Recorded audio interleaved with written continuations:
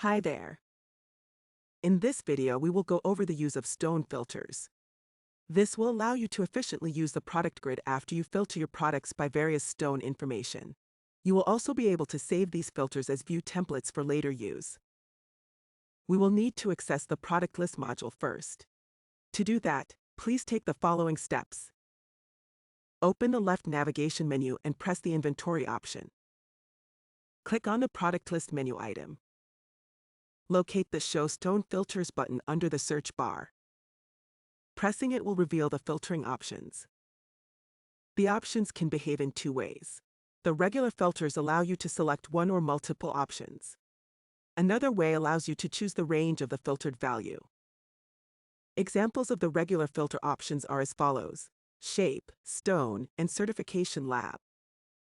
The range filter options are as follows: price, size, color, clarity, and cut grade.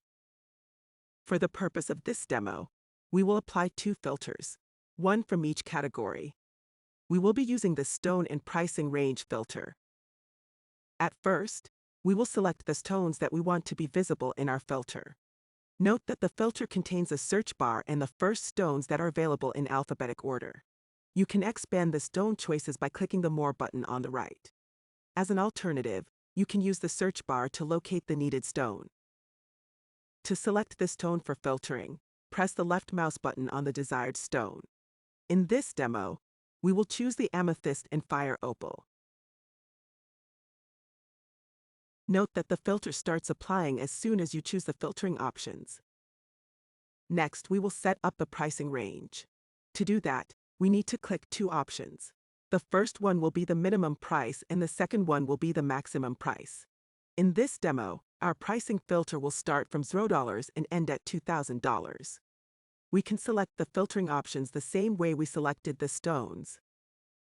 Once you are done with selecting the stone filters, you can press the Hide Stone Filters button to hide the filtering menu. Note that previously selected filters will be shown under the search bar. Another useful option is to save this view template, so you don't have to do this every time. Press the cogwheel button in the top right corner of the grid to reveal the menu options. Pick the Save View Template option to use this view template in the future.